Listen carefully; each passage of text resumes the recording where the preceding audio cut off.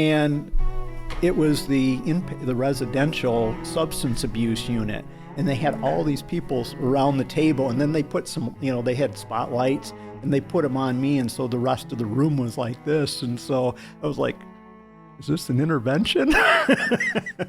Because 30 years ago, that was kind of the model, to get people involved with substance abuse treatment is, you'd have all these people confronting them on whatever, how much damage their addiction had done. And yeah. So this reminds you of a substance abuse clinic? No, it was just that, all of a sudden the lights came on and everybody else is kind of circled around and it's a little bit dark. And that was, as they sat down and the director had not come yet. And so it was just a little bit awkward. And so, they're just kind of looking at me and I'm looking at them. And so I was like, all right, I might as well get this intervention started. And everybody, laughed. And so we actually did start, and then the director came in and I got the job. Oh, well, there you go. Yeah. You had a good result. Yeah. Are we live? Yeah. And that button. Oh, Tom, if you don't mind, put your headphones on. Okay. And I am going to, I got ear trumpets, so I probably should take those out. Oh, because otherwise they hearing will buzz. aids. Yeah, I'm due to get some of those soon too. What? By the way, since you're a hearing aid person, I also have severe tinnitus or tinnitus. Okay. Depending on what continent you're on. Yeah. You can adjust your headphone. Perfect. Tom, it's really nice to have you here. It's so good to be here. Thank you for having me, Tavis. Yeah, thanks for coming. We're of course going to talk about your book with Crossway that's coming out soon. So this is an honor to talk to you before it's even released. But I'd like to talk about other things too besides just hearing aids and interventions. Absolutely. How long have you had hearing aids, by the way? About a year and a half. So yeah, they've actually been a game changer. My wife and daughters, I can actually hear them. And I actually found out that we have birds around our house. Yeah. So in the summertime, I can actually hear that they are around. So that's something I hadn't heard in years. Oh, wow. So those kind of higher pitched noises but also for your work, are you still doing clinical work as a psychologist? Yes. So that's kind of important. Very important. Yeah. Yeah. And how long have you been a clinical psychologist for? Is it the proper terminology that I'm using? I guess I have all of my colleagues insist on different titles. And I tell people I'm just a guy that sits in an office and talks to people. Okay. Or listens to people. Exactly. Yeah. So about 30 years is, I guess, the right answer since grad school. So after 30 years of experience, you're probably somewhat qualified to write the book that you've written for Crossway. Remind me of the title again, the proper title. A Christian's Guide to Mental Illness, Answers to 30 Commonly Asked Questions. Yeah, interesting. It's interesting how you set this up with this question format. So for those listening, each chapter is another probably typical question, as you say in the introduction, or some of the most common that you've come across. Right. Yeah.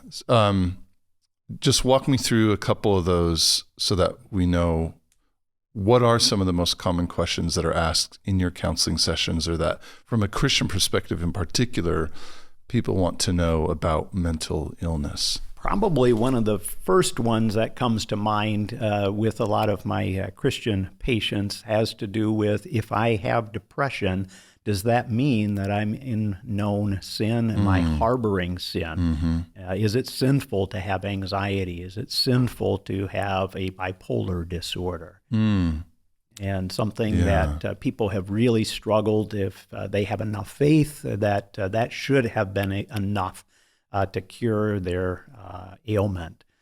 And of course, nothing could be further from the truth for most of the people that I talk to. Yeah.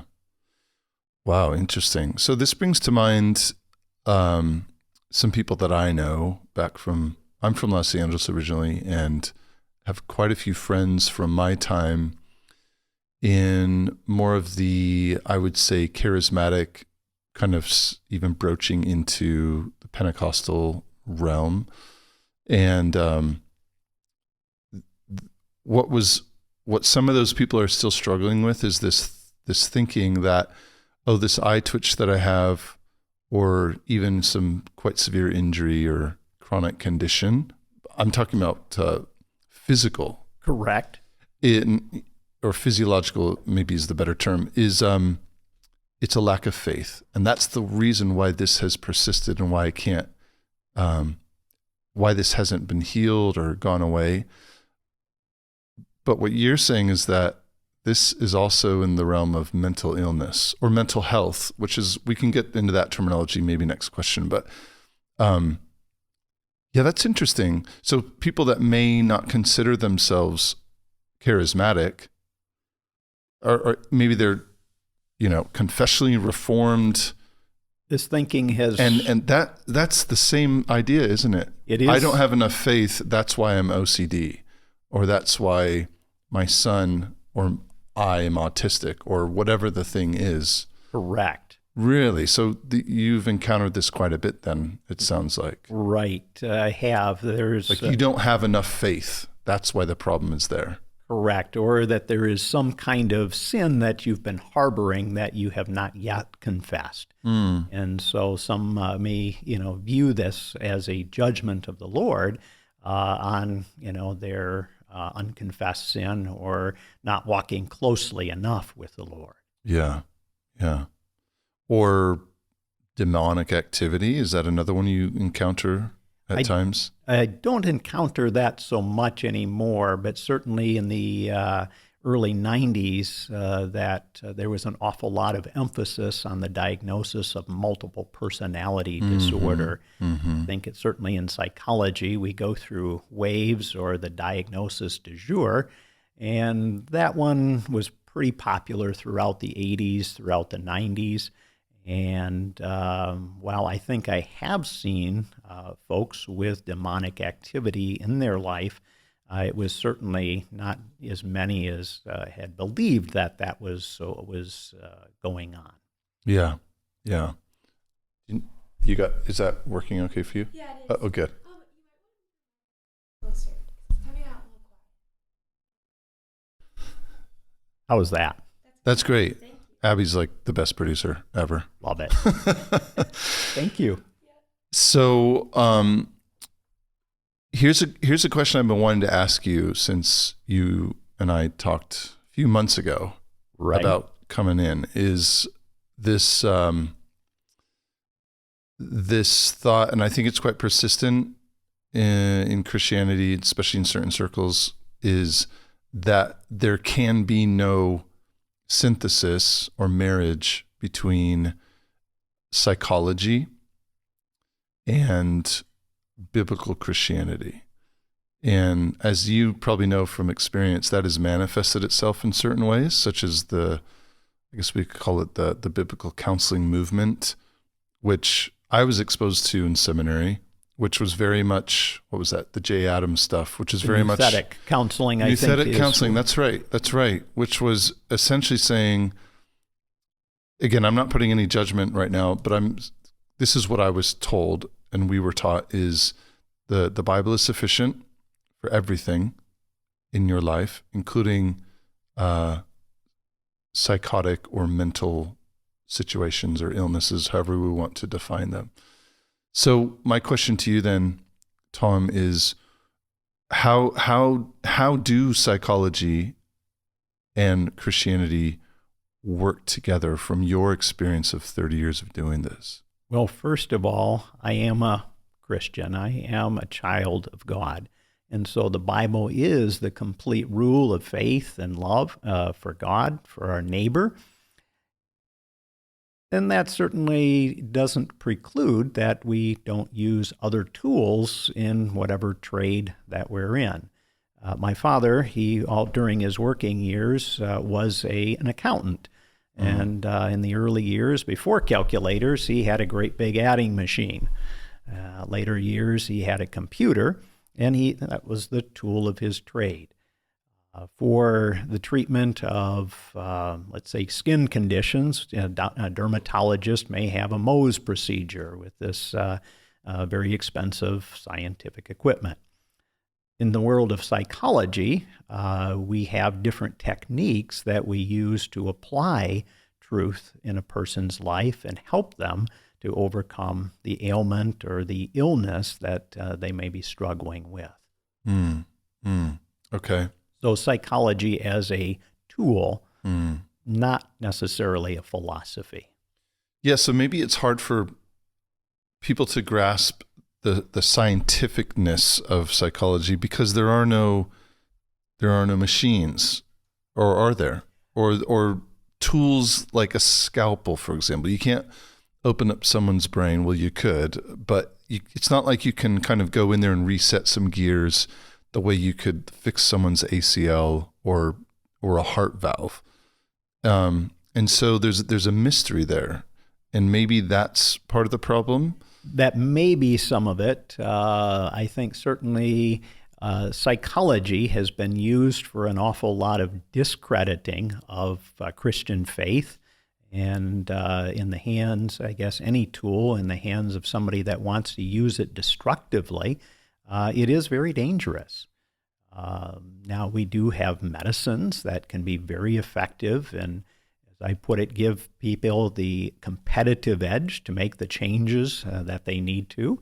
Much the same as if you would go to your primary care doctor with some kind of infection, he may prescribe an antibiotic. Well, that may not necessarily cure you. It certainly does give your immune system the competitive edge to make the changes and to fight off this bug that has attached itself to you. Yeah. Okay. So that means then that mental illness can be cured. It can be managed. Okay. In some cases, through some counseling alone, people learn to overcome the struggles that they have. In some cases, we may need a combination of counseling and medication. And yeah, I guess depending on what the diagnosis is, I guess it determines sometimes the prognosis. Some people may have an acute case or a short-term case of anxiety. Some people may have more of a chronic anxiety. Yeah. Well, this gets to one of the questions that's asked in the book, which is about medicine. As you're very well aware, there's a lot of hype about medicine, its use, its abuse. What do we do now? There's proliferation of new drugs coming on the market all the time. And then there's kind of the big, evil monsters that are talked about, like Ritalin or what have you, or even more, what would we call them, kind of natural approaches, whether it's CBD or medicinals, like psychedelics and whatnot. So as a Christian psychologist, how do you incorporate the medicinal side in to your practice, given that there can be such a negativity, or on the other hand, such a push for these things to happen, whether it's from the pharmacological or the let's say the natural medicinal. Right. Well, one of the things that I am very blessed to have in my life are some Christian brothers and sisters who have their MD. A couple of them have the physician assistant degree, but that they're able to approach medicine from a biblical worldview. So certainly we do not want to change a person's personality. We don't want to impair their judgment. We do not want to in any way jeopardize other health matters in prescribing or administering medicine. But as I had said earlier, if we can use medicine to give someone the competitive edge to make changes, example might be that somebody is struggling with their game of basketball. And so if we can get them a really good pair of basketball shoes, it's going to give them the grip, it's going to give them the support that they need on the court to become a better basketball player. The shoes don't change the person. They don't make you a better basketball player, but it certainly does enable you to have the foundation needed in order to become better. Okay. Has there been much change over the last 30 years in how you've diagnosed people, especially in this area of medicine? Has there been a lot of change? There is a shifting paradigm, particularly the last two editions of the DSM, that's the Diagnostic Statistical Manual. And many of those diagnoses are much more medicine-driven. Sadly, there's an awful lot of pharmaceutical people on the board of the APA, American Psychological Association. And so many of those diagnoses are driven by what kind of medicine would be necessitated. So there is, I think there's some wisdom that may come from that. So if a certain diagnosis, it may suggest what kind of class of medication may be helpful. However, with, again, the growing profit margin with a lot of these pharmaceutical drugs, the push is to get people on newer and more expensive medications. And the hope is to get them feeling better much quicker. Interesting. Quicker. Okay. Going back to your basketball analogy and this idea of a quicker fix. You know, while you were talking about it, I was thinking, okay, if you bought me a better pair of basketball shoes, I mean, I played basketball when I was young, but I'm still not going to be a LeBron or a Jordan. That would take a lot of practice. Correct. And practice takes time. So what are your thoughts then about that balance between the work that's required from the individual, and I would say probably also from the professionals around that person, but also the impersonal interventions like medicine or other things too, physical exercise, or something that's really big right now too is like things like cold immersion, like the Wim Hof method and all these kinds of things. And, you know, there'll be some other things that come along, or diet. It seems like it requires a lot more than it's more than just sitting and talking and listening to people. Yeah. Absolutely it is. So in regard to just the medication, I guess one of the mantras I've adopted is pills don't give skills. And so, yes, there are a lot of skills that are needed in order to manage, I think, any illness. But as we think about a mental illness or a mental health diagnosis, you mentioned cold immersion. One of the things that we can help people manage a panic attack very effectively is to get them a sudden cold change in temperature. So you throw cold water on them. I have recommended people that maybe at home and they're not knowing what to do, if they are in a full-blown panic attack, to stand in a cold shower with all of their clothes on. Oh, wow. Within 30 to 120 seconds, the panic will be gone. Wow. Oh, and wow. They don't have to take massive amounts of hydroxyzine or Xanax or Ativan, which both of those last two medications can be very habit-forming. And so, yes, they can be able to, if it will, kind of reboot the hard drive. It's kind of like the hard shutdown on your computer and giving it a reboot. I've actually been doing cold water immersion the last few months since we moved here to Michigan. And I have to say so me personally, I've struggled in the past with depression, some other things. And that cold water immersion is like, this isn't being blasphemous. It's like a resurrection. It's a game changer. It's incredible what happens.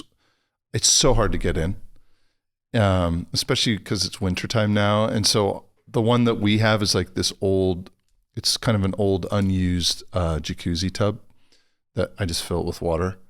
And it's the air temperature. So what was it the other day? Like 47 degrees. And it's so hard to get in. But after 3 minutes in that thing, I get out and it's just, even during, something happens. I would love to see, maybe you've seen studies on this, but there's that initial shock, and then there's the breathing, and then suddenly you enter this really interesting place of mental clarity. Right. And, I don't have this with me. You don't have your cell phone. I can't have my cell phone. I wouldn't even want to be scrolling Twitter while I'm in there.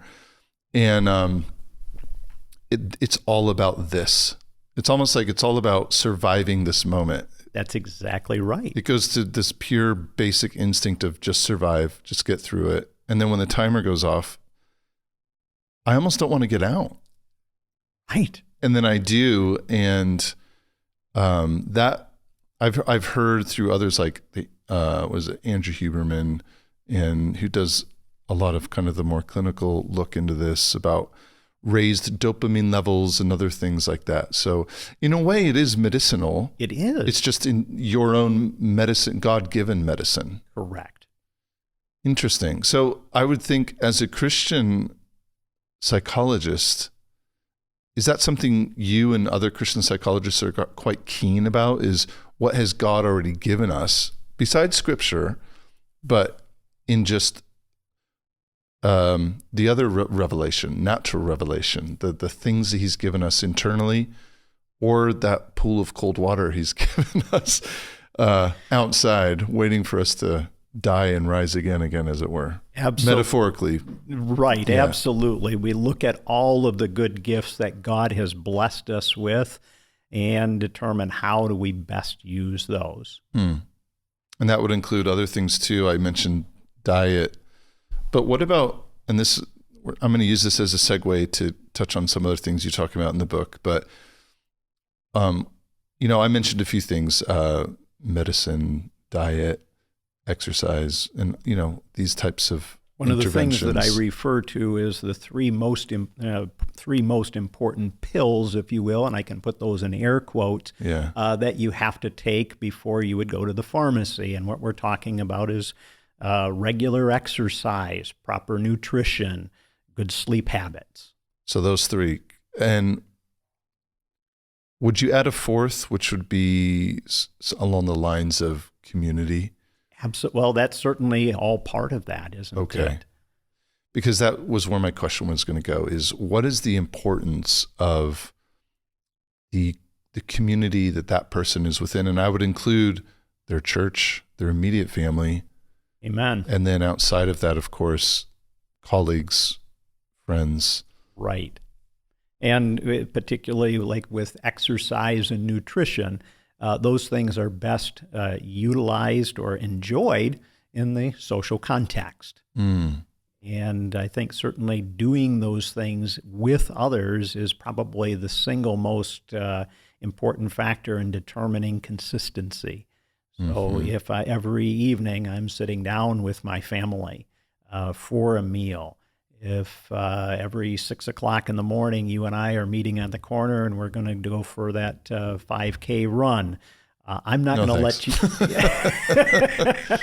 But I'm not going to let you down. Yeah, you're not going to let me down. Accountability That's That's right. so significant. Or if we're meeting at the gym or whatever the case may be. Yeah. Yeah. No, for me, it's my wife and the dog keeping me accountable that we need to do this. Yeah. Are you a runner? I am not a runner. I am a fast walker. I've heard that's just as good. It's much easier on the joints. Yeah. Yeah. During the last decade when I was in the UK studying, so I was doing studies and work and family, and it was very intense. But the thing that I think kept me balanced, even mentally, I would say, and not just physically, was swimming almost every day. And I don't know what it was, but there was a period of 2 years where I wasn't doing that. I was so invested in my studies and excelling, however you define that, that I really became unbalanced and actually suffered significantly mentally. And it wasn't until, because I was not exercising. Right. I was like, I don't have time. I don't have time for this. And what we find is that the people that don't have time for those healthy habits become more inefficient with everything else that they do in their life. Mm-hmm. Yeah, interesting. Huh. Well, speaking further about community. So one of the things, and I know this from personal experience, not my own personal experience, but those in my circle, as it were, is that when it emerges or becomes very evident that someone is struggling with a mental illness of any sort, the challenge is not just for that person to maintain relationships, but on the other side of it, for those involved in that person's life to stick around. Absolutely. And especially, this is where my knowledge comes quite intimate in this area, is I know people who are married to, well, their significant other or their spouse they have some serious mental health issues. And it's very tempting to think, maybe I should just walk away, But it's hard. You talk to these guys or these girls and it's like, well, on the one hand, I want to leave. And I almost feel justified to leave because I didn't know this going in, or, this surfaced in the last 5 years, or it's a post whatever event thing, isn't it okay for me to get out? But on the other hand, their thinking is, however, if I leave, that person is now alone. They don't have my support anymore, even though it might be a begrudging support because it's so dang hard. Absolutely. Right? Sometimes gut-wrenching hard. Oh, yeah. I mean, the stories that I have heard. It does put the in sickness and in health clause that all of us that are married pledged to our spouse. Yeah, it's not just like colds and cancer. It's not. And those seem easy. They're not easy, but those seem easy relative to the challenges of mental illness. We have a pretty good expectation if someone has a cold, what the longevity and what the run is going to look like. Yeah. We can, in modern medicine, we can also have a pretty good prediction as to what that journey through cancer is also going to look like. So we can shape our expectations.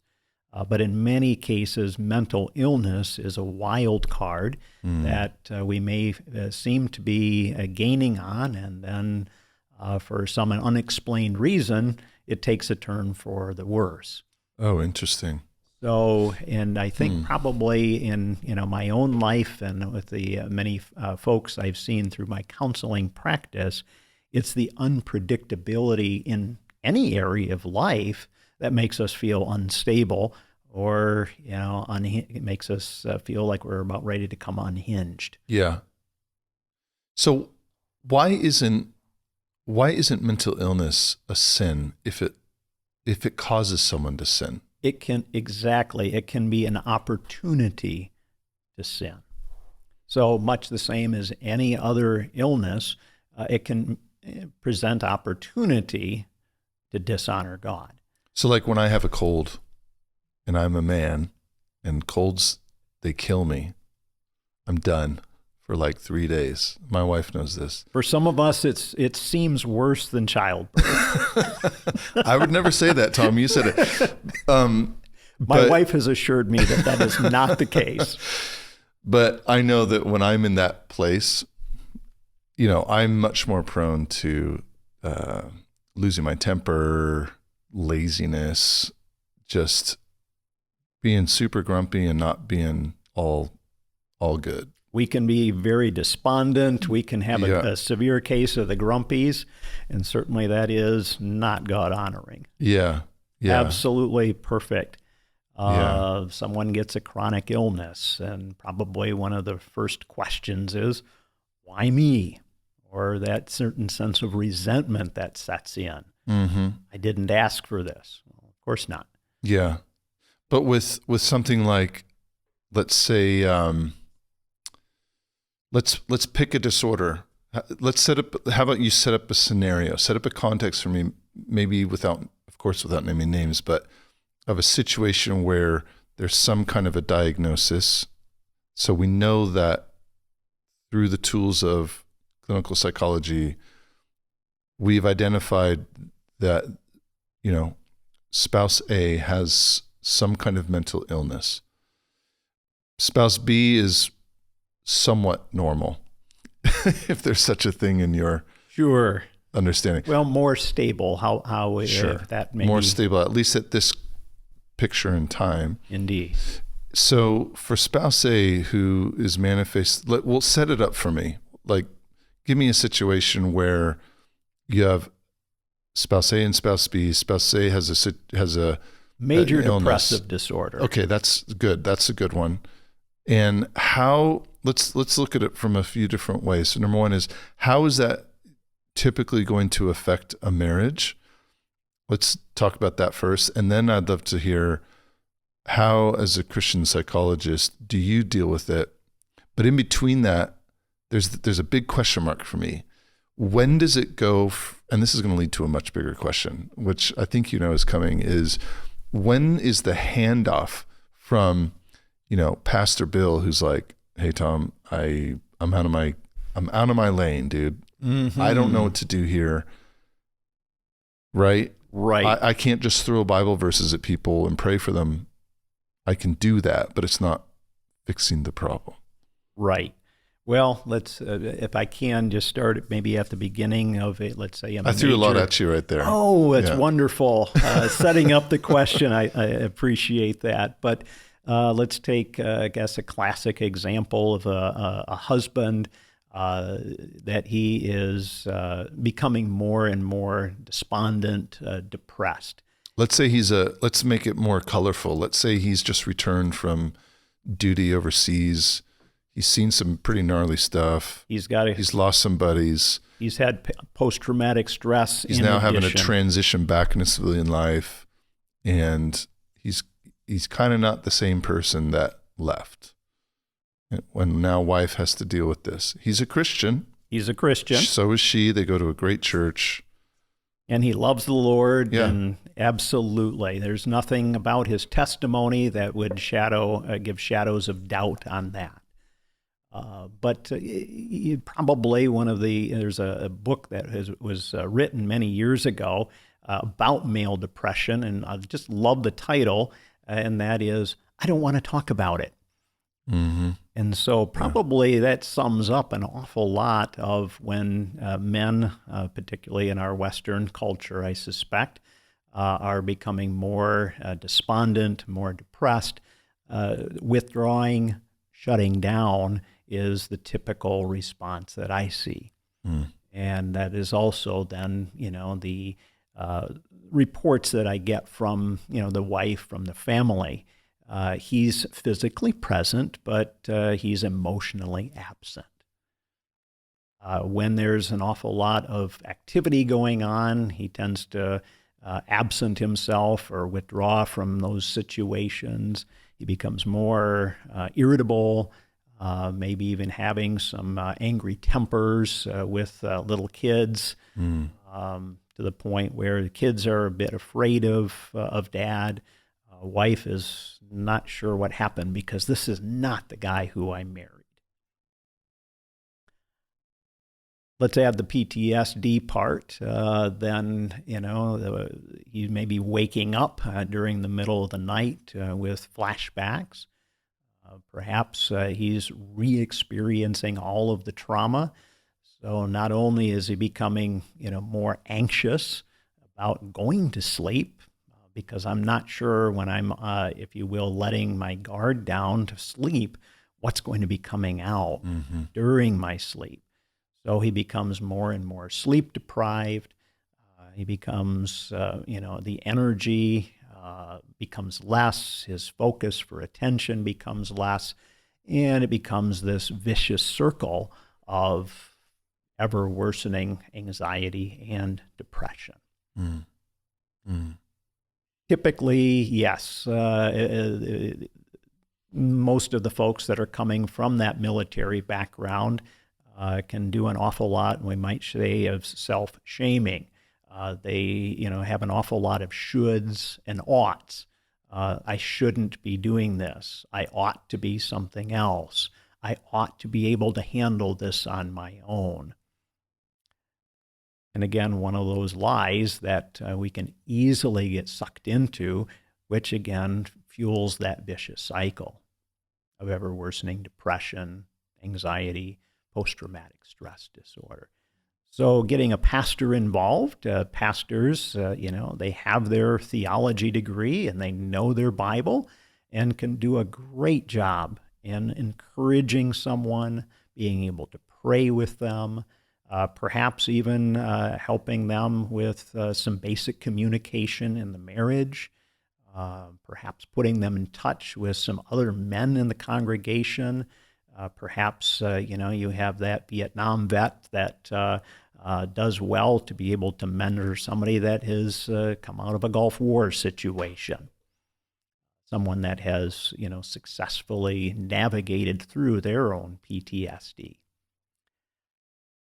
And that may be helpful, all of those components, but one of the things, I have a special place in my heart for a lot of pastors that sometimes feel compelled to do too many things and put in too many hours beyond their expertise, and as sometimes at the expense of some of the other major aspects of their job.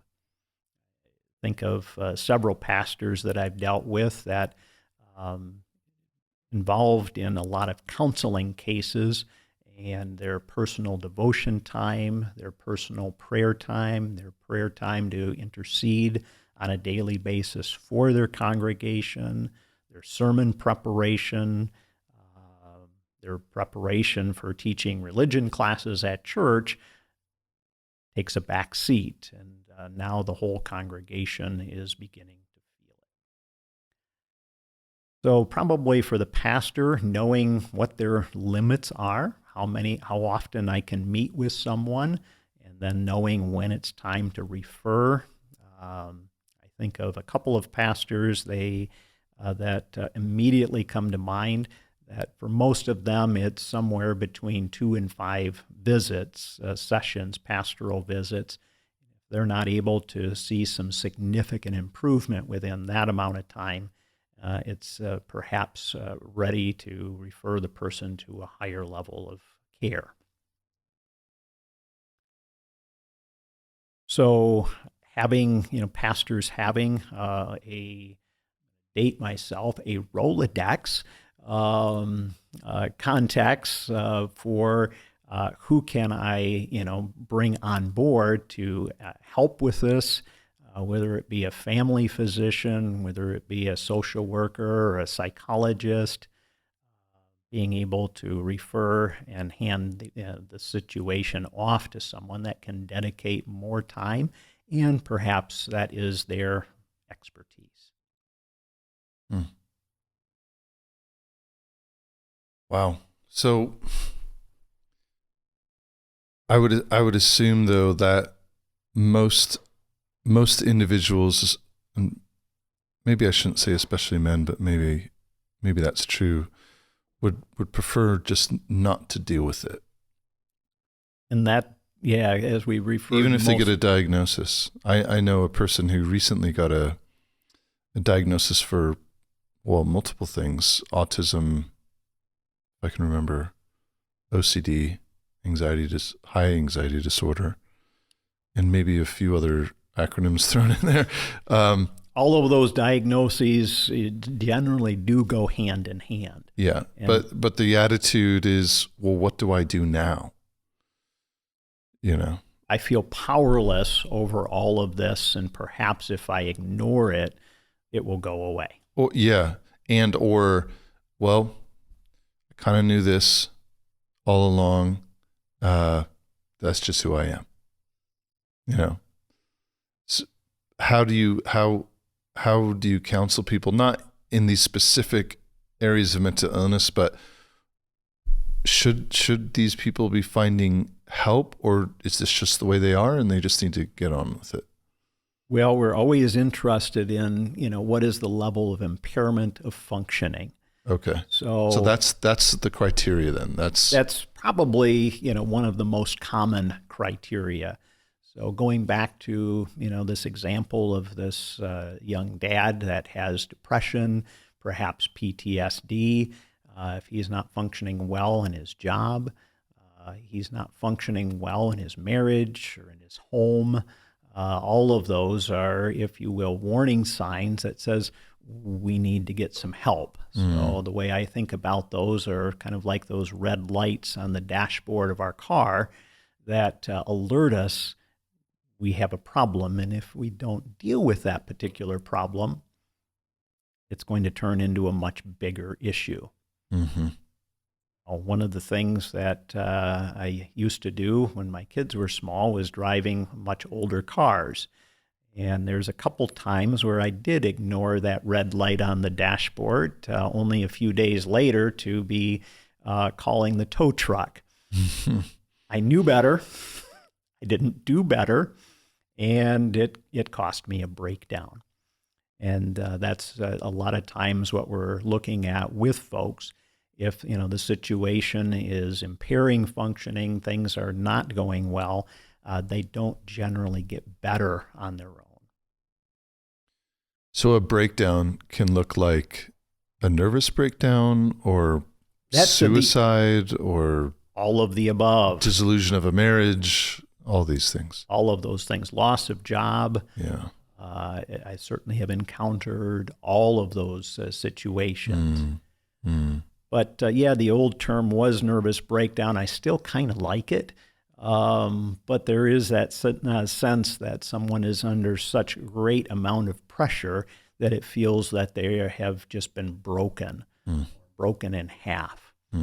So certainly the young dad that is experiencing those things, he perhaps has a lot of regret that he's been screaming at his children, that he has been written up on his job, that his wife says, "I don't even know you." Many of them will contemplate ending their life as a solution. Of course, as we had talked about earlier, having PTSD or having depression is not sinful in itself, but it would certainly be the opportunity to commit sin. So again, when we ignore those natural warning signs that God has put in our, just built into our physique, those, again, like the red light on the dashboard, I believe are those things that we do well to pay attention to. Yeah. Does everybody need counseling? Aren't we all struggling with things at different times? I think that certainly my attention as you raise that question is to Hebrews chapter 10, where the writer exhorts us not to forsake the assembling of ourselves together. And as I continue to read that verse, it's not just for worship, but for exhorting each other, for encouraging each other. And I think that certainly we do need each other. And God has placed us in community to be His arms and feet for each other. We certainly do wash each other's feet, sometimes doing those unpleasant jobs, ministering to other believers. Yes, I think certainly, in a congregation, we have a wide range of experience. So you may have a teenager, or you may have a senior citizen. Can the senior citizen benefit from the teenager? Absolutely. Can the teenager benefit from the senior citizen? Absolutely. Well, I mean, just having only met you a few times, but you seem like a very well put together gentleman. You have a vibrant, healthy family, and yet in the introduction of your book, you say counselors need counselors. And I thought, what is he saying there? What an admission. I appreciated that. Well, thank you. When David and I had written the book, there was a little bit of negotiating back and forth, and what we had come up with is to make the book a little bit more personal rather than academic. So throughout the book, both David and I talk about some of our own experience with discouragement, with depression. So, sorry, continue. I interrupted you. No, thank you. So that is very, it's certainly both of our experience has been to aid folks that are struggling, but also both of us have needed aid for ourselves. So do counselors need counselors? I think we all do need, those encouraging, supportive folks in our life. Yeah. Certainly in general, and depending on what's going on in our lives, maybe much more specific or much more focused sort of help. I'd love to know the germination of the idea to write this book, and from that, what you hope to affect in the church with it. Because reading through it, it is very accessible, and even just the way you lay it out as here are 30 questions. Where did the idea come from, and why did you decide not to go the more academic route and essentially write a book for just the everyday person sitting there in the pews? Well, that I guess was multifaceted, but in one of the conferences that David Murray had done, a couple, Norman and Vicky, had come to him with a book idea. Norman's brother had been diagnosed with schizophrenia, and upon his death, Norman wanted to do something to memorialize his brother as well as to help the body of Christ. And so that couple had funded research through Lifeway in regard to surveying pastors and their equipness to handle mental illness in the church. And then there was this also proposal for a book to be able to utilize some of that research. So the book it relies on some of that Lifeway research. It relies on David's expertise as a pastor, also as a seminary professor. He taught some of the counseling courses at Puritan Reformed Seminary, which I had the privilege of being a part of some of those classes, and also my experience as a psychologist. We wanted a book that was going to be more of a reference guide, so something that pastors and lay people could easily access. One of the things that we are convinced, and that is when in the church we have a mental illness situation, usually people are in a bit of a scramble or even panic situation. And for them to sit down and read a 200-page book seemed not a very good solution. And so we made it such that people can easily turn to the chapter that best fits, the question that they may have. Again, the hope is to draw them into the rest of the book as well. But then again, something that can give hope for the pastor, the lay folks in church, that they don't, sometimes we're tempted perhaps to throw up our hands with situations that we're not understanding. Yeah. And so if we can put some of these mental health and pastoring concepts in a very reachable format, so something that perhaps a ninth grader could read and understand, as well as, a learned pastor or, perhaps even a seminary professor being able to put this into the hands of seminarians to say, you're going to encounter these situations, keep this close by, the rest of your books on your shelf, because it's going to be helpful in those times of crisis. Yeah. Yeah.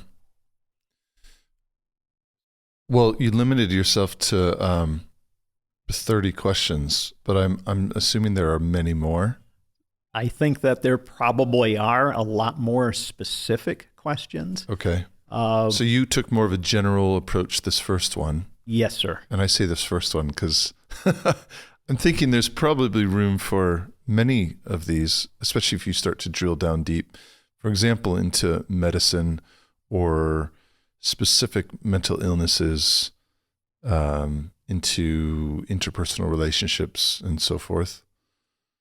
There are a few ideas that I have thought of, and David and I have also talked about, so stay tuned. You're not going to give it away right now. That's fine. Crossway already knows. They've got the printing presses ready for you. What's been the effect of social media in your practice since its arrival and till present day? Well, that's, I guess, a bit of a tough question for me to answer. Social media, I think it's certainly, at least when it's come to my clinical practice, I've not seen social media as a very helpful tool. There's an awful lot of folks that want to compare themselves to the ideal that they see out on these social media platforms. I think probably for most people that use social media, we don't present ourselves in our worst possible light or our common everyday situations, but we're going to highlight some of those mountaintop experiences or some of those big achievements. And so folks that may be already struggling with a sense of discouragement, if they're only paying attention to social media, can easily be sucked into the idea that somehow my life is less than what I'm seeing or less than what other people want us to see about their life. Yeah, there's been statistics released recently, I think it was, on the effect of Instagram on young girls and just how devastating it's been. And then I remember seeing something the other day where a group of women was asked, these were younger women, I think in their maybe 20s, and they were asked, if you had to choose between a long-term partnership like long-term boyfriend or marriage, let's say, or Instagram, like if it was one or the other, and all of them said Instagram. No way. That was their preference. Wow. And they almost all of them said it without hesitation. It's like, oh, easy. Like I couldn't live without the gram, as they said it. Wow. That does not surprise me. Really? What do you think it is? What do you think it is about our human condition that makes us so malleable that this technology comes along and completely revamps the way that we think? I think all of us are easily prone to addiction. That might All of be, us? Yes, absolutely. Now, I say that with a little bit of caution. God understands and how he made us, and he addressed that in the commandments, that we are not to have any idols. So this goes back to worship. It does. It absolutely does. So certainly before Instagram or some of the social media, I think certainly there are probably many other things that would encapsulate or captivate someone's attention, some of their affections, and perhaps it wasn't quite so obvious, it wasn't quite so easily observable, wasn't quite so accessible as this electronic device that most of us are carrying around our person all of the time. So when I think about addictions, it's this thing that we have convinced ourselves that we cannot live without. Think of a patient that I had just met with very recently, and that was the person's comment, and it was a desperate comment. I can't live without this. I can't cope without this particular thing. Person does profess to be a Christian, but this thing, and again, I'll just leave it nebulous on purpose, has distracted from their personal walk with Jesus Christ, and they know it. Sometimes we may use other words, and I guess this may have a lot to do with some of the, whether it's Christian or secular psychology, if you will. We don't want to dress things up or soft pedal them. With this particular person, I had to confront and saying, this may have started as some kind of compulsive behavior, but you have an idol in your life that's taking the place of God. This is sinful. And we need to deal with that. So how do you deal with it? Because I know I've wished sometimes to take this and just throw it off a bridge.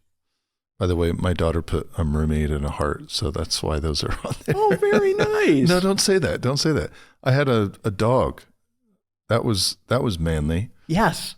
And now I've got a mermaid and a heart. Anyway, I've wanted to throw this off a bridge many times because I've recognized that in myself of like, sometimes you just look up from whatever it is you're on, and there's this self-deception of, I've been on reading the Wall Street Journal opinion pages for 30 minutes because I need to be informed, or whatever the app is that I'm on, I'm doing that for my job, or I'm doing that for this or that, and we can certainly convince ourselves of a whole lot of things.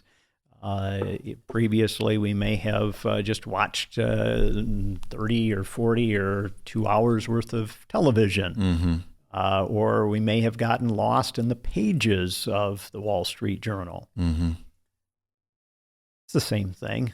But I think of, you had talked about some of the social media, and I think of some of the testimony that some of the social media giants had testified before Congress. Yeah. And they recognize that this stuff, it does rewire your brain. There is something about this instant reward that is very pleasurable. You had mentioned certainly hits of dopamine that people can get, or just this rush of adrenaline. That also can be very pleasurable, but very addictive. And because it's coming at us so fast, we're not necessarily taking the time to understand or even to consider, is this helpful? Yeah. Yeah. Now, probably for most of us, if we went to an amusement park and we found a new roller coaster and we refused to get off and we were riding it for several hours, most people would kind of step back and go, that's addictive. Or you seem to have, be completely encapsulated by this. It's taken control of your life. But because phones are part of our life, or that we've been trained to have them as a part of our life, and they become very socially acceptable, most of us don't pay attention until somebody calls attention to it. You've been on your phone for how many hours? And there's something about the phone that we do lose track of time and space and location or situation or social surroundings, and again, be very addictive. So I think certainly one of the things that comes to mind is with any addictive sort of behavior, being honest with ourselves as to what is this really? Yeah. Yeah. So, if I have someone that's struggling with alcohol, consuming a fifth a night of hard liquor, that isn't just having a social time with friends. This goes way beyond that. Much the same as I've been scrolling on my phone for endless hours and don't know where my kids are, have no idea that my wife has been trying to get my attention for how many hours and now has just completely given up. Oh, and by the way, I forgot all about my duties around the home, and now I'm going to be in trouble because I have to stay up late, don't get to bed on time. It creates this domino effect of a whole lot of unintended consequences. Well, we're straying away, I think, not that it's a bad thing, but I'm just sitting here thinking, well, this is a major issue, and I'm sure you deal with it. But an addiction, we could classify that as a mental illness? Sometimes it can be. One of the terms that I use many times with folks that are dealing with a mental illness is it's self-medicating. Interesting. So there's something else that's trying to be dealt with through the addiction? Many times. I don't have an exact percentage, but you'll have to forgive me if I misquote. I don't mean to mislead in this interview, but I believe it's 60 or 70% of people with a mental illness will be self-medicating in some sort of way. Okay. Whether that's some kind of compulsive behavior, perhaps video games or social media, could be alcohol, could be marijuana, a lot of different things. Could it be positive things? Hopefully. Well, everything you just mentioned is either slightly or very negative. Right. Could it be someone who they just run 30 miles a day, and that's their medicine? Well, 30 miles a day, I think certainly with many things that we do, a little bit can be helpful, but a whole lot becomes questionable. So, for instance, if we're going to our favorite burger joint, probably reasonably, we're middle-aged guys, and we're going to eat one hamburger, not four. Right. Yeah. So what I wanted to get at is that there are this is me as a person who hasn't had the education you've had in this area or the experience, but just thinking about it, it seems as though there are mental illnesses that people are born with. For example, my son is autistic, and then there are others that are the result of external factors, perhaps abuse as a child, or even as an adult, but something else brought about that illness. And also I would say, do we classify something as, like, for example, autism as an illness? Is because illness in my head has connotations of a disease or something that's bad or negative, where, at least in the way that we've been trying to approach my son's autism, of course you can correct me if I'm wrong, is that, well, this is extremely challenging and debilitating for him in many ways, socially and whatever else have you, but at the same time, he has some incredible giftings beyond his peers because of that autism. So anyway, back to the original point is, there's the things that God gave you, and there's the things that maybe bad people or bad situations gave you.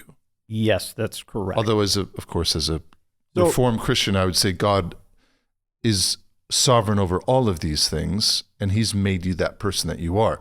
But do we address these differently, both from a biblical and, I'm not separating these, but biblical and psychological approach?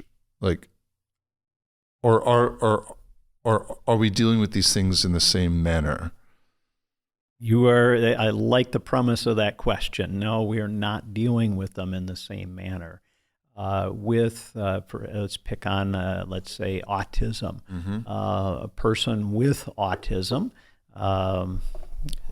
their brain processes information in a very different sort of way. And sometimes, we can come at it from a deficits point of view rather than a strengths point of view. You have just noted that your son has tremendous gifts that perhaps other children similar age do not possess. And so for your son, we want to capitalize on those assets that God has blessed him with. Mm-hmm. In much the same way as, we want to do that, I suppose, with someone with anyone, any of his peers. We want to look at that with mental illness. If somebody has a mental illness, we want to capitalize on their strengths. But back to your son, don't want to characterize that as an illness. Mm-hmm. Although, even as the father of an autistic boy, there's times where I would say, oh my gosh, that is an illness. This is a trial, perhaps. Yeah. And maybe even more so for us who are involved with him versus him. Like, he's aware of his autism because we've told him about it. Right. And now he owns it. Like, yeah, I was born with autism, and like, he acknowledges that it's God who had him born that way. Right. Right.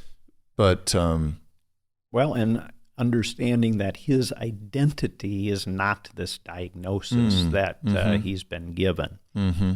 So that doesn't define who he is, but it does describe a little bit about how his brain is going to function, how he is going to process his thoughts, how he's going to process and experience his emotions, how, he is able to interact with others, how he is able to, what kind of job, he's going to do. Yeah. So with autism, as we just talked about, we have both positive and negative consequences on a daily basis that arise because of that that disorder or that gifting, however we want to talk about it. But would that also be the case for other mental illnesses? For example, OCD. A person with OCD might actually be incredibly prolific or organized, Right. or clean, or whatever it is. They may have a certain proclivity towards behavior that a normal person is not as concerned about getting done. Correct. How do I say this as nice as possible? No, I think that's a perfectly illustrative of what I was hinting at in a previous answer, and that is we look at the characteristics, the traits that God has created, that He's blessed a person with, and better, I think, approach is understanding that all of those can be used for God's glory, and certainly for our own enjoyment. So, I guess I have I have a father and several friends that are accountants. I kind of like that my accountant definitely seems pretty obsessive. He does a very good job with all of the accounting. He's not somebody that's going to, if you will, miss the details. We want people like that. Yeah. We need people like that. And so being able to, certainly as I think about young people, being able to understand what are their gifts. And certainly as I think about our traits, our gifts, they can be a blessing or they can be a cursing, depending on how we use those.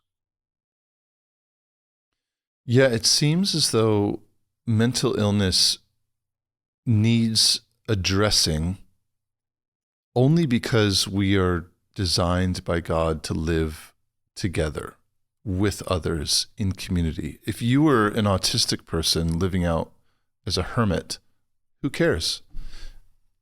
And it wouldn't matter to you either. That's just who you are. If you had extreme anxiety issues, and you're living off by yourself on an island somewhere, who cares? That's your problem. Social anxiety really exists in a vacuum then, doesn't it? Yeah, or maybe your social anxiety has to do with the animals that you're living in and around. But the point is that the reason that people like you are necessary is because these illnesses, these situations are causing a disruption between that individual and other people. Is that a fair statement? And that's why it needs addressing. Well, if we were totally nuclear, not families or communal, but we were self-sufficient and we lived alone. With some disorders, I think that's probably true. Okay. But let's just pick on a major depressive disorder. A person may not be able to care for themselves, and certainly that would equate to probably death. They can't get out of bed. They can't do the things necessary to survive on planet Earth. They're going to have an untimely death. Okay. So there's a range. There is, absolutely. So certainly this social aspect is a huge part of it, because probably most of us are not going to choose to live as a hermit, on some mountain. Right. And we're living as a hermit, and then we have all of those pilgrims coming up to the top of the mountain to see the hermit, and that's disruptive of our solitude. Yeah, it can become a problem. Yeah. Now there are different schools of thought within psychology, right? It's not absolutely homogeneous discipline. So, I'd love to hear kind of your school of thinking, but also, are you and David of the same school of thinking or different? And has either situation, would you say, led to the strength of your book project? Well, since both of our training and experience have been different, we certainly come from different backgrounds. Mm-hmm. But I think certainly, theoretically, both of us can appreciate many different kind of approaches. Mm-hmm.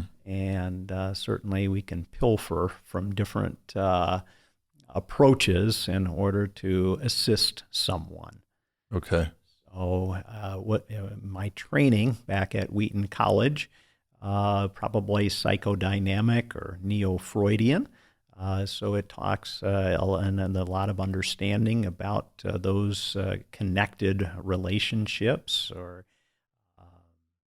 it's kind of the relational psychology. So that's how we would talk about neo-Freudian. That would be maybe one of the ways that we would look at it. Okay. But so that was my training. You can take us as deep as you want to into this whole thing if you want to. Now, because neo-Freudian, that's a new term for me. Freud, I know.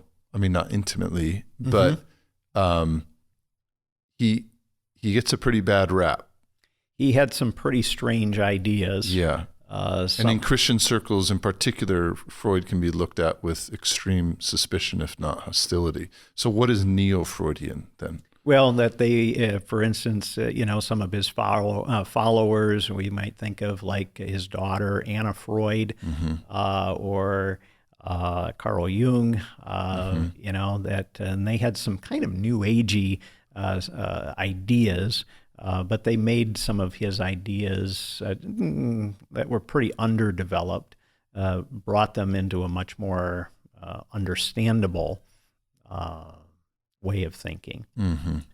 Now, do I subscribe to some of the Freudian or the neo-Freudian? Absolutely not. But we can certainly learn from that approach in regard to how human beings attach to one another, and that attachment is necessary for healthy development, physically, emotionally, and spiritually. We can understand how that works in marriage and family relationships. Mm-hmm. So, kind of from a family systems, that's also kind of grown out of some of that neo-Freudian school of thought. So being able to understand how those interactions can be either helpful or hurtful in the family or in the wider society.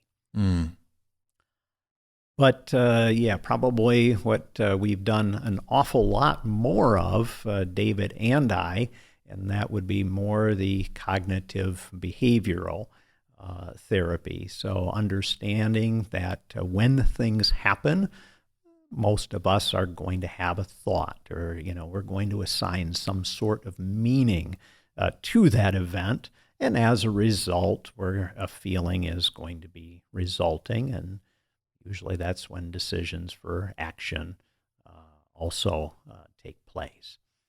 And so, we can kind of, if you will, do the backtrack as to, how is a person's thinking? Does it make sense? Are they going in the right direction? Is their thought processes or their belief structure making sense? And of course, the Bible being our chief rule of faith and practice, understanding of human beings, understanding of God, we can begin to have a lot more insight into the transforming nature of Scripture, not just in a person's walk with Christ, but in their walk with their fellow human beings. And relating to others, also relating to themselves. Would you say that that's a common school of thought that Christian psychologists come from? Is that neo-Freudian, or does it just vary across the board? It varies a lot across the board. Okay. And would you say that would maybe be that would contribute to the strength of Christian psychology overall, is the variety within the discipline? Maybe the subdiscipline of Christian psychology. Right. Well, and I guess, sometimes the Christian psychology term, depending on who you use that with, can sometimes be very helpful or sometimes a very off-putting term. So one of the things I like to emphasize is, first of all, Christian. Mm. Second of all, my job or profession is psychology. So I use the psychology tools that I'm most familiar with in order to help people in their Christian walk as well as their walk with their fellow human beings. Mm. And of course, there's some folk, I have my areas of expertise, and then I have a list of folks that have perhaps other expertise. So if I have someone that's coming into my practice that after an evaluation, I'm determining, no, this is, they would be better served by another person that I have in my list, that we're saying, yeah, we'll refer them to that individual. Mm-hmm. Mm-hmm. Yeah. So yeah, it's well, which tools do each person have in their toolbox? I think that's kind of what we're myself as a professional I'm always looking at. Mm-hmm. So your book, how can it help people who don't have access to someone like you? So I'm thinking here of churches perhaps in more rural areas, pastors who are trying to serve a congregation that's maybe a bit smaller, people who are recognizing there's a need, right, and they're looking for, well, let's not call it Christian psychology, but rather a psychologist who is a Christian. And yes. they can't, there's nobody within their geographical area or whatever. How can your book help that individual? Several ways. The first way that I would hope that it would help is to empower folks to be able to use the tools that they already have. Mm. I think certainly, with an awful lot of situations that I've been involved with, people begin to doubt that they can contribute anything towards someone that is struggling with a mental illness.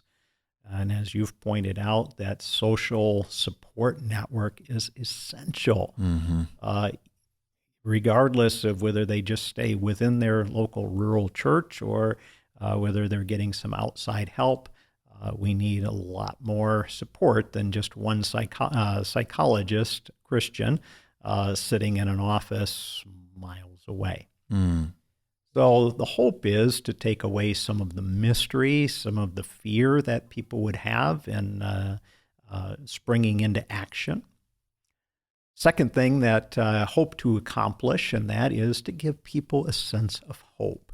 That if there is a mental illness that is emerging, this does not have to be a life sentence, and that healing is possible. And the third is just to get a sense of direction. So hopefully that what can I handle, and when is it time to refer? When is it time to get some other folks involved with the process? So in that rural setting, probably the family doctor is the first contact for many people. And the family doc is generally the person that has quite a wide range of contacts, at his disposal in whatever situation comes through his door. So he knows or she knows, who am I going to refer to for what particular ailment or condition. Mm. In regard to some of those rural situations, more and more telepsychology or telepsychiatry has become extremely popular. Now, I guess the online sessions is something that some of us, myself included, were doing before the COVID pandemic. But during the COVID pandemic became almost 100% that we would be seeing each other on a screen. Now that the COVID restrictions have been lifted, for the most part, I would say probably still about a third of my caseload is online only. Oh, wow. And so some of my folks are in the Detroit area, some of them all the way up into the Upper Peninsula of Michigan. I have several right now that are in the Upper Peninsula. So somebody that would need, if they wanted to be in person, would need to probably drive anywhere from 50 to 60 miles on rural roads each way to get to Marquette, Michigan, where there's a bigger hub of in-person services. So help is available. Yeah. And hope is also available. Yeah. How are we doing on time? How are you doing on time? I have a conference that I need to get ready for that I'm going to be hosting in just a few hours. You're hosting the conference in a few hours? I am the MC. Oh, my goodness. We don't want to keep you from that. Is that here in Grand Rapids? Yes, it's at the Free Reformed Church. It's Okay. Office Bearers Conference. Okay. And you're emceeing it? Yes. Oh, fantastic. What time is that at? It starts at 7 tonight, but wife and I have a lot of refreshments to get ready. And Okay. Can I ask you one more question to close this out? We've got a few more minutes. Okay. So that'll be Don't fine. give me a few. I'll take another hour. 10 to 15. How's that? Well, we can keep it even shorter if you want. I want to capitalize on a word that you've kept mentioning throughout this entire discussion, which is hope. Yes. And it sounds to me as though that is the central thread of your book that would tie all of these 30 questions together, is that there is hope. Yes, for absolutely.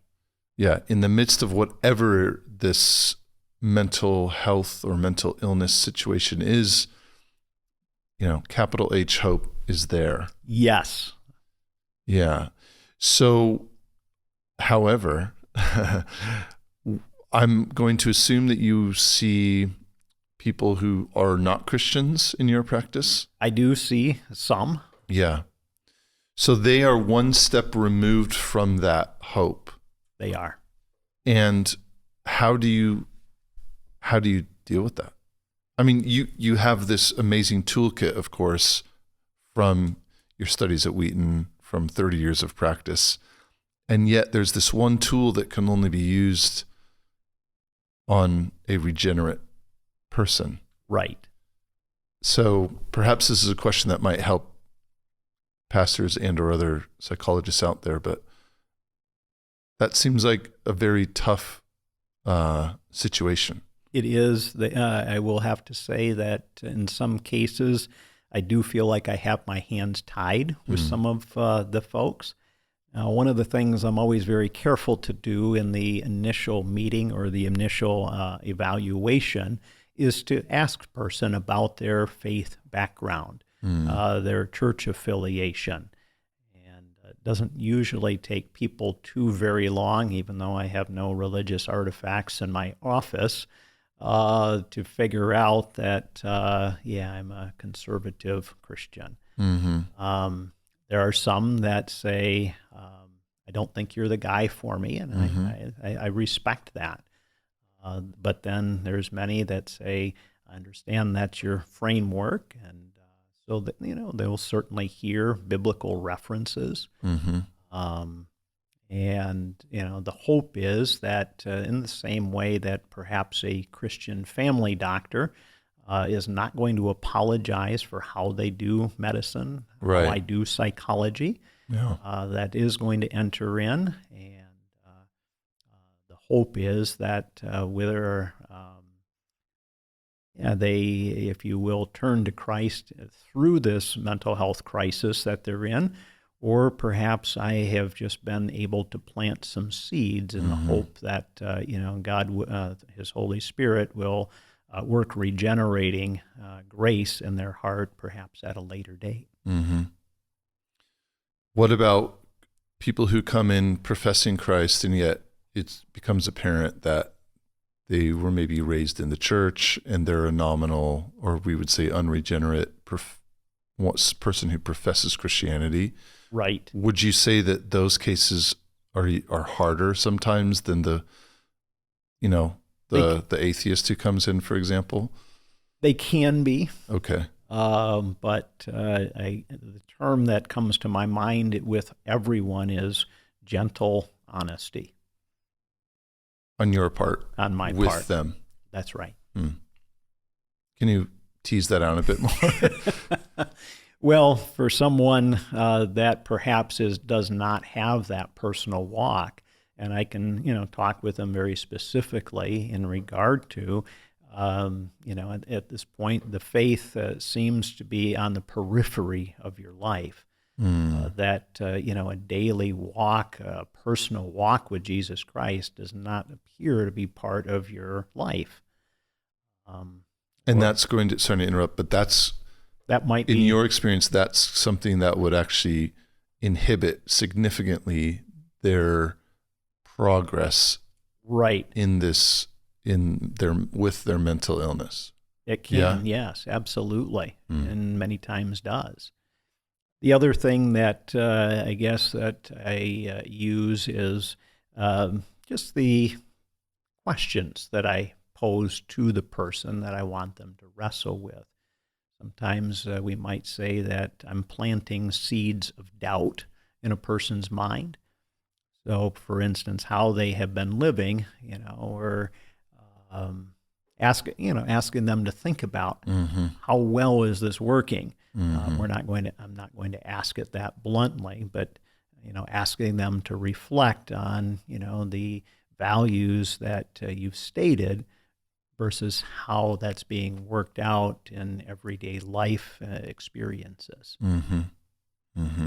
So, for instance, again, we'll just go back to the example of this young dad with PTSD and depression, drawing some subtle attention towards that we are being, as a Christian husband and father, that we are to emulate Christ's love to the church by our actions, and wondering, how does that work it out for you when you notice that, you've had these blowouts with your wife, or, you've sequestered yourself in the bedroom and haven't come out for hours.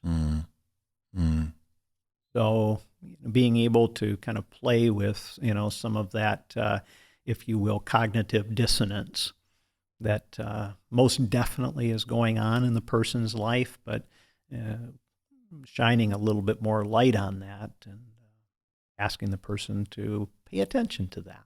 Yeah. Okay, final question.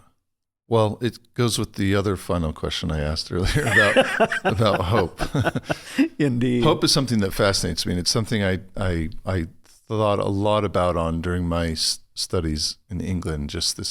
I was studying the Apostle Paul, and this concept of, thinking of what was it for Paul, this eschatological, we would say, hope that he had, and kind of fleshing that out. So anyway, it's a concept that always fascinates me, right? Especially as we, as the regenerate family of God, live by hope and through hope and in hope. So here's then all that to say. Here's the final question: is for the believer who has one or multiple acronyms of mental illness that they're legitimately struggling with, what is their hope in this life? And of course we know, I would say two things: in this life, but also upon Christ's return. And the reason I'm asking this is because it's coming from personal experiences. I do know an individual who has expressed many times, actually, something along these lines of, I wish that I could die, or that Christ would come back so that I don't have to deal with this anymore, and that the people in my life don't have to suffer with my situation. So their hope is in death, but there's a dark aspect to that. Mm-hmm. Their hope is in either death or Christ's return.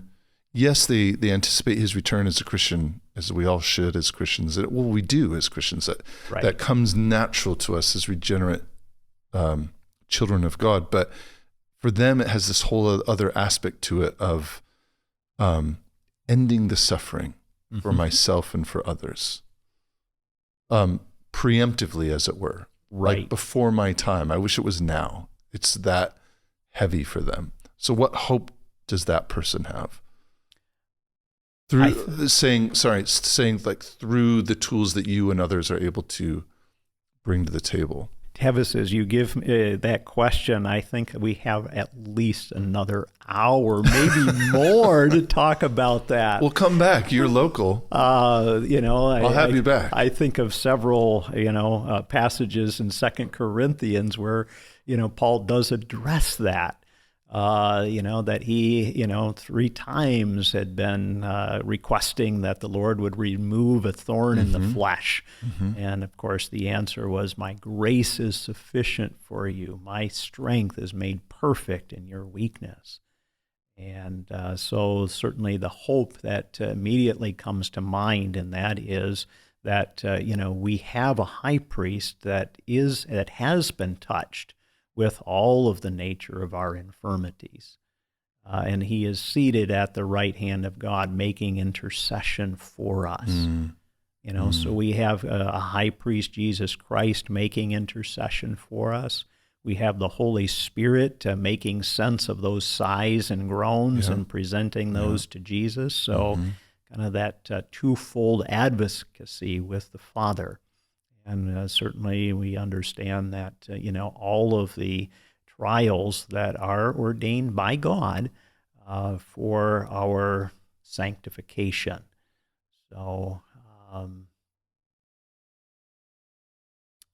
2 Corinthians chapter 5, yes, we do long that this, if you will, earthly tent were dissolved, and that we, have that, if you will, homesickness. And certainly the patience for the journey that God has ordained to get us there. Amazing. So we're not doing this alone, and we're not just doing this in the office of our psychologist or psychiatrist. We're doing this by the strength and the promise of the triune God. Amen. And his anticipated real return. Yeah, incredible. So we're not alone. We are not alone. When does your book come out? It is, I believe, going to be end of August that the booksellers will have it, and I don't remember if it's the end of August or the beginning of September. So right around Labor Day, it should be ready for purchase. Okay. I do believe there's already an Amazon link to the book. Yeah. So I have not checked that out just yet. Where else can we or others find you? Online? No, don't give me your home address. Online or otherwise. Well, that is at this point, you can probably find me at pinerest.org, the organization I work for. Okay. There's just a brief bio, but this is David Murray, as well as my daughters, have advised me that I need to have more of an online presence, so stay tuned for that. Good. Okay. Well, thanks so much, Tom. I'm just really grateful that we finally made this happen, and I hope that your message of hope really permeates the church in this particular context of mental illness. And let's have you back again soon. I really enjoyed this. Thank you very much for having me, Tavis. Yeah, absolutely. All right. Thanks, everyone.